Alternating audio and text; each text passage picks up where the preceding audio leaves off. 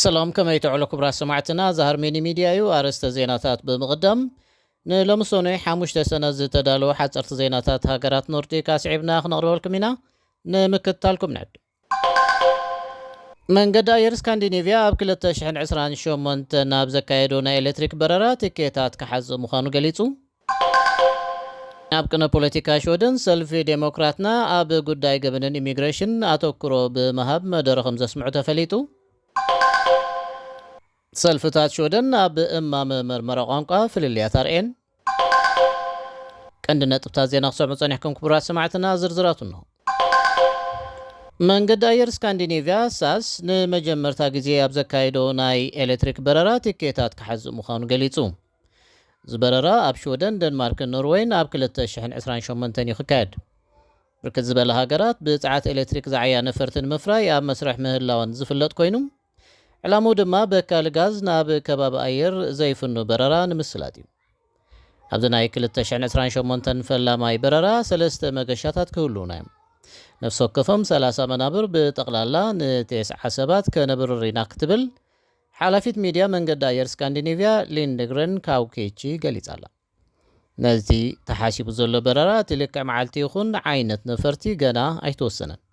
ትኾነ ግና ኣብዚ ፈላማይ በረራ ብዙሓት ሰባት ተገዳስነት ከሕድሩ ከም ዝኽእሉ መንገዲ ኣየር ስካንዲኔቪያ ዘለዎ እምንቶ ገሊጹ ኣሎ።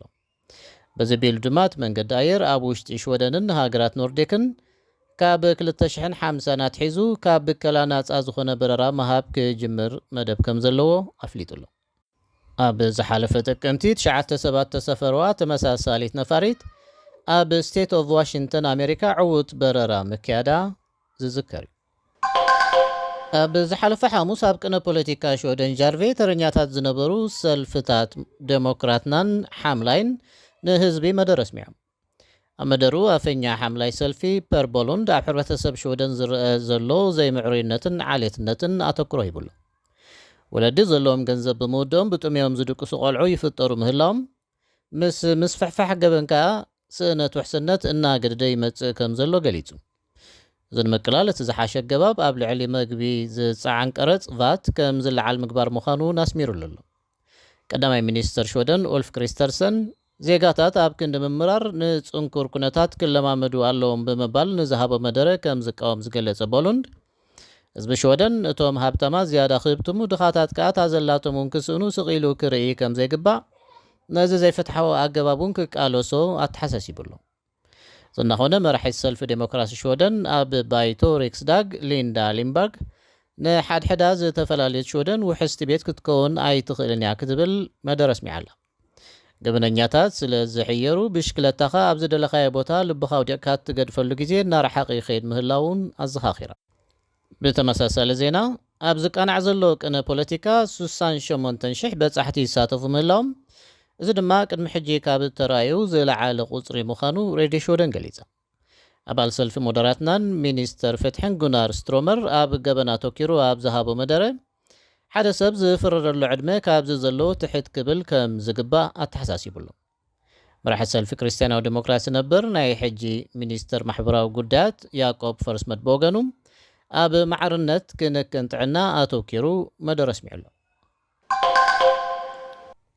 300 ናይቲ ናብ በዓል መዚ ቁጠባዊ ገበን ሾደን ዝለኣኽ ፀብጻብ ዘይሕጋዊ ንግድ ውሽጢ ሃገር ጥራይ ክሲ ከም ዝቐርበሉ ተፈሊጡ። እቲ መንግስታዊ ኤጀንሲ ንዝሓለፈ 10 ዓመታት ኣመልኪቱ ኣብ ዘውፅኦ ፀብጻብ እዩ ነዚ ገሊጹ ዘሎ።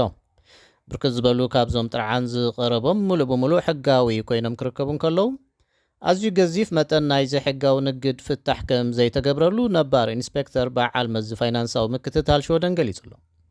ከም ዝመስለኒ እቲ ሓቀኛ ኣሃዝ ውሽጣዊ ንግድ ካብዚ ኣዝዩ ዝለዓለ እዩ ክብል ንሱ ንሬድዮ ሾደን ኣመልኪቱ ኣሎ። ናይ ስራሕን መደባት ትምህርትን ወይ ከዓ ሞያ ክህልወኩም ትደልዩ ዶ? እምበኣር ንጠለባት ምርካብ ስራሕ ሞያን ወይ እውን ትምህርቲ ኣብ ምርካብ ዝተሓባበረኩም ትካል ኬርማ ሪክሪተር ኢና ኣለኩም። በዚ ትርእይዎ ዘለኹም ኣድራሻ ብምጥቃም ክትረኽቡና ከም ትኽእሉ ብሓጎስ ንዕድመኩም። ኬርማ ሪክሪተሪ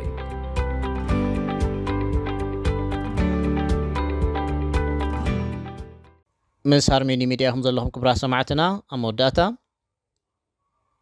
ዜግነት ሽወደን ንምርካብ ስደተኛታት ክወስድዎ ተባሂሉ ብመልክዕ ዕማመ ዝቐረበ መርመራ ቋንቋን ህይወትን ሽወደን ኣብ ሰልፍታት ሽወደን ፍልልያት ምፍጣሩ ተፈለጠ። ሚኒስተር ስደተኛታት ከምኡውን ኣባል ሰልፊ ሞደራትና ዝኾነት ማርያ ስተነጋድ ቀድም ኣቢላ ምስ ሬድዮ ሽወደን ናብ ዝገበረቶ ቃለ መሕትት እዞም መርመራታት ስደተኛታት ናብ ሕብረተሰብ ሽወደን ብስሉጥ ንኽዋሃዱ ኣዝዮም ኣገደስቲ ምዃኖም እያ ትገልጽ። ትኾነ ግና ሓምላይን ጸገማይን ሰልፍታት ኣብዚ መርመራ ቋንቋን ህይወትን ሽወደን ቅሬታ ከም ዘለዎም ገሊጾም ኣለዉ።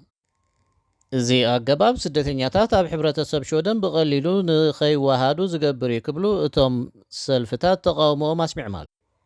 ሓደስቲ ስደተኛታት ነዚ ኣብ እማመ ዘሎ መርመራ ንምሕላፍ ንጀመርቲ ካብ ዝድለ ዝልዕል ምልከት ቋንቋ ሽወደን ክህልዎም ዝጠልብ ብምዃኑ ነዚ እማመ ከም ዝቃወም ሰልፊ ዴሞክራሲ ሽወደን ኣመልኪቱ። እዞም ስደተኛታት ናብ ሽወደን ቅድሚ መምጾም ሕማቕ ደራዕስን ኣእምሮ ማለት ትሮማ ዘሕለፉ ብምዃኖም ኣብ ዝቐስን ኣእምሮ ጽቡቕ ምልከት ቋንቋ መታን ከመዝግቡ ውሕስነት ክስምዖምን ምስ ስድሮም ክዋሃዱን ኣገዳሲ እዩ ክብሉ ቅሬቶኦም ኣስሚዖም ኣለዉ።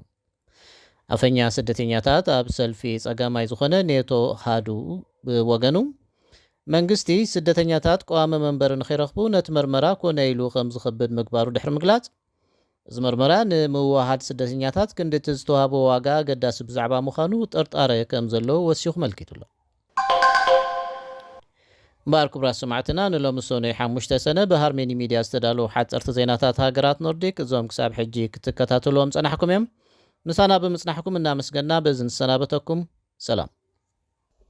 ሃርሞኒ ሚድያ ዕለተ ልደት፣ መርዓ፣ መመረቕታን ካልኦት ኣገደስቲ ዝኾኑ ናይ ፈተውትኹምን መቕረብትኹምን ምድላዋት ናይ እንቋዕ ሓጎሰኩምን እንቋዕ ኣብቅዓኩምን መልእኽትታት ንምምሕልላፍ ዘኽእለኩም መደብ ጀሚርና ከም ዘለና በዚ ኣጋጣሚ እዚ ንኹልኹም ተኸታተልቲ ሃርሞኒ ሚድያ ንሕብር።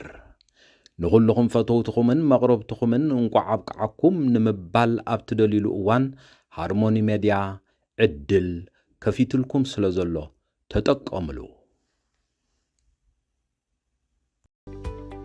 ናይ ስራሕን መደባት ትምህርትን ወይ ከዓ ሞያ ክህልወኩም ትደልዩ ዶ? እምበኣር ንጠለባት ምርካብ ስራሕ ሞያን ወይ እውን ትምህርቲ ኣብ ምርካብ ዝተሓባበረኩም ትካል ኬርማ ሪክሪተሪን ኣለኩም።